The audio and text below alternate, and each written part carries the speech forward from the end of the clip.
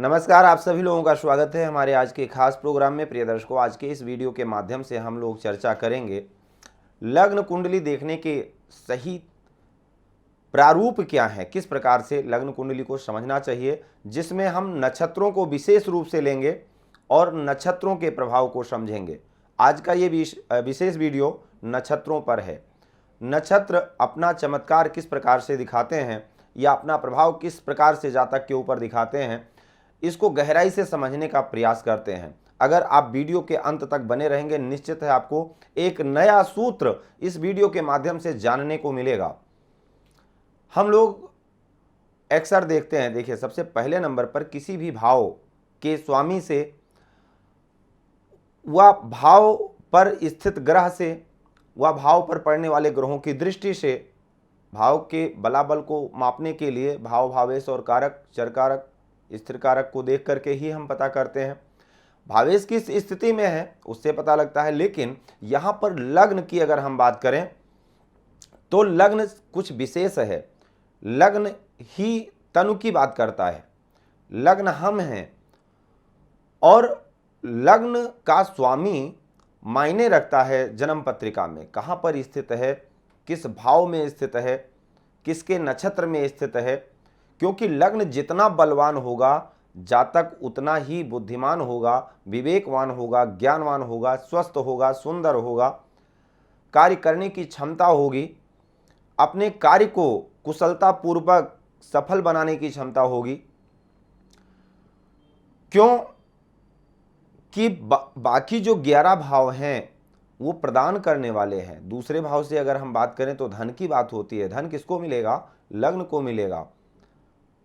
सुख किसको मिलेगा? चौथे भाव की अगर हम बात करें, चौथा भाव सुख प्रदान करता है, तो सुख किसको प्रदान करेगा? लग्न को करेगा। जो जातक है उस जातक को करेगा। शत्रु परेशान करेगा, किसको करेगा? लग्न को करेगा। लाभ होगा, किसको होगा?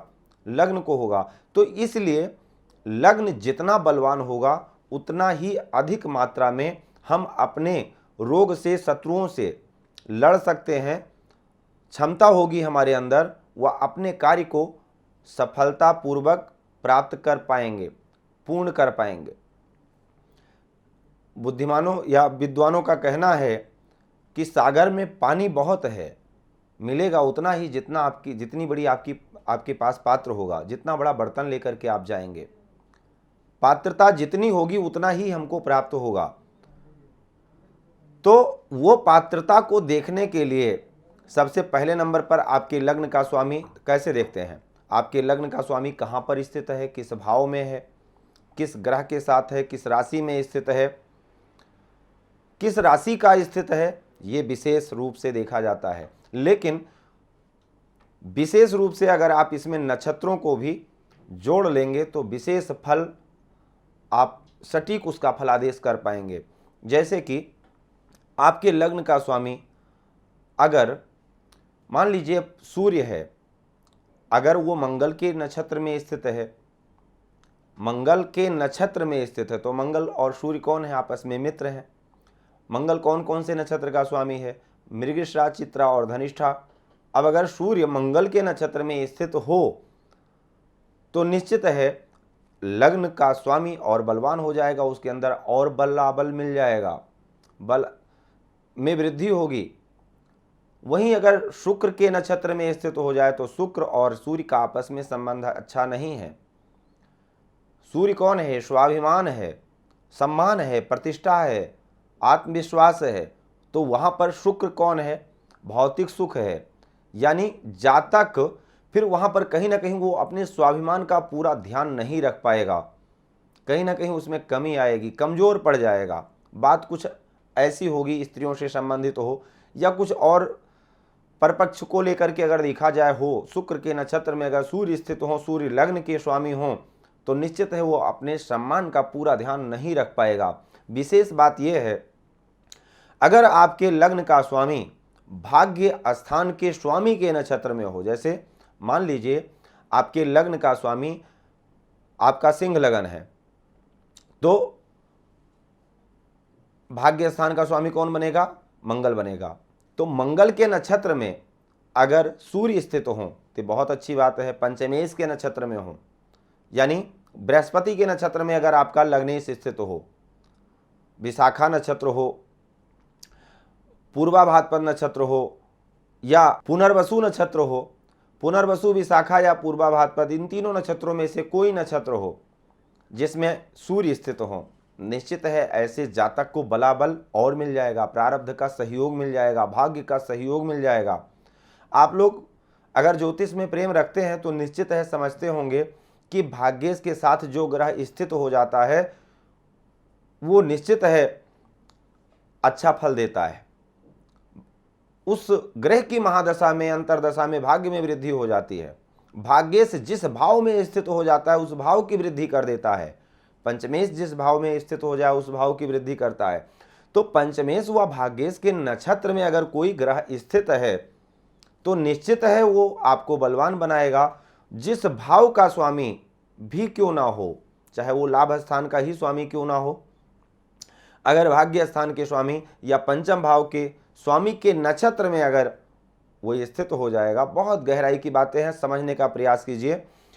पंचमेश पंचम भाव के स्वामी के नक्षत्र में व भाग्य स्थान के स्वामी के नक्षत्र में अगर वो स्थित होगा, निश्चित है ऐसा जातक उस भाव में वृद्धि हो जाएगी जिस भाव का वो स्वामी है, वो जो भी ग्रह क्यों ना हो, अगर भाग्येश और पंचमेश के नक्षत्र में केंद्र। अब इसके बाद लग्नेश के नक्षत्र में ही लग्न का स्वामी अगर स्थित हो, अपने स्वतः के नक्षत्र में हो और अच्छी बात है। लग्न का स्वामी अगर अपने ही नक्षत्र में हो तो और अच्छी बात है। नवम और पंचम के स्वामी के नक्षत्र में हो तो यह भी बहुत अच्छी बात है। लेकिन अगर इसके बाद फिर लाभेश के नक्षत्र में हो तो भी अच्छी बात है। अगर लग्न का स्वामी लाभ स्थान के स्वामी के नक्षत्र में, अब ये जरूरी नहीं है कि लाभ स्थान का स्वामी अगर जिस नक्षत्र में है, लाभ स्थान का स्वामी जिस नक्षत्र में है उस नक्षत्र में का इसका प्रभाव देखा जाए। लाभ स्थान पर जो राशि स्थित है, लाभ स्थान में जो राशि स्थित है उसका स्वामी जो भी ग्रह है, मान लीजिए शुक्र बना, लाभ स्थान का स्वामी शुक्र है, तो शुक्र के जो 3 नक्षत्र हैं उन तीनों नक्षत्रों में से कोई भी किसी भी नक्षत्र में अगर आपका लग्नेश स्थित हो जाए तो निश्चित है आप लाभ के प्रति आपका रुझान अधिक होगा। अगर धर्म स्थान के स्वामी के साथ अगर के नक्षत्र में अगर स्थित हो जाए तो आपका धर्म के प्रति आपका रुझान काफ़ी अच्छा होगा। वहीं अगर पंचम स्थान के स्वामी के नक्षत्र में अगर लग्नेश स्थित हो जाए तो संतान के प्रति, विद्या के प्रति, भाग्य प्रारब्ध के प्रति और कुछ ना कुछ सीखने की उत्कृष्टता आपके मन में हमेशा विद्यमान रहेगी। तो ये नक्षत्रों का प्रभाव है। आपका लग्नेश मान लीजिए सूर्य है, राहु के नक्षत्र में स्थित हो जाए, निश्चित है आपको पीड़ित करेगा, आपको कहीं ना कहीं स्वार्थी बना देगा, क्योंकि राहु अपने हित की बात करता है।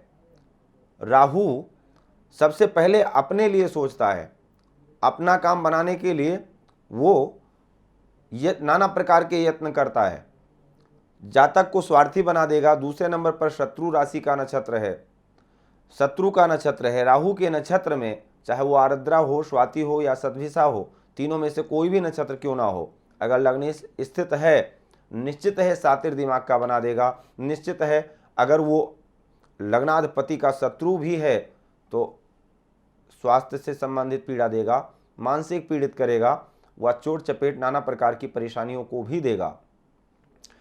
अब सबसे बड़ी बात यह है कि आपके लग्न का स्वामी अगर अपने मित्र के नक्षत्रों में हो, अपने मित्र ग्रह के नक्षत्रों में हो तो अच्छी बात है। भाग्येश पंचमेश के नक्षत्र में हो अच्छी बात है, लाभेश के नक्षत्र में हो तो भी अच्छी बात है। लग्न के स्वामी के जो मित्र ग्रह हैं उनके नक्षत्र में है तो अच्छा परिणाम आपको मिलेगा। क्या मिलेगा? आप प्रफुल्लित होंगे, ज्ञानवान होंगे, विवेकवान होंगे, बुद्धिमान होंगे, धनवान भी होंगे।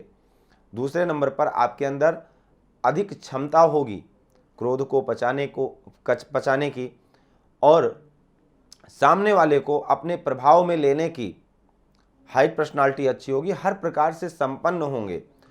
वहीं पर किस प्रकार का फल मिलेगा, अगर कौन कौन से नक्षत्र में अगर आपका लग्नाधिपति या किस भाव का स्वामी अगर किस किस नक्षत्र में जाएगा तो किस प्रकार का अशुभ प्रभाव मिलेगा, अगले वीडियो में हम लोग समझेंगे। इस वीडियो में आप लोगों ने जाना कि अगर आपका लग्न का स्वामी इन इन नक्षत्रों में हो, इन भाव के स्वामी के नक्षत्र में हो तो अच्छा फल मिलेगा। आज के लिए सिर्फ इतना ही। जय सिया राम।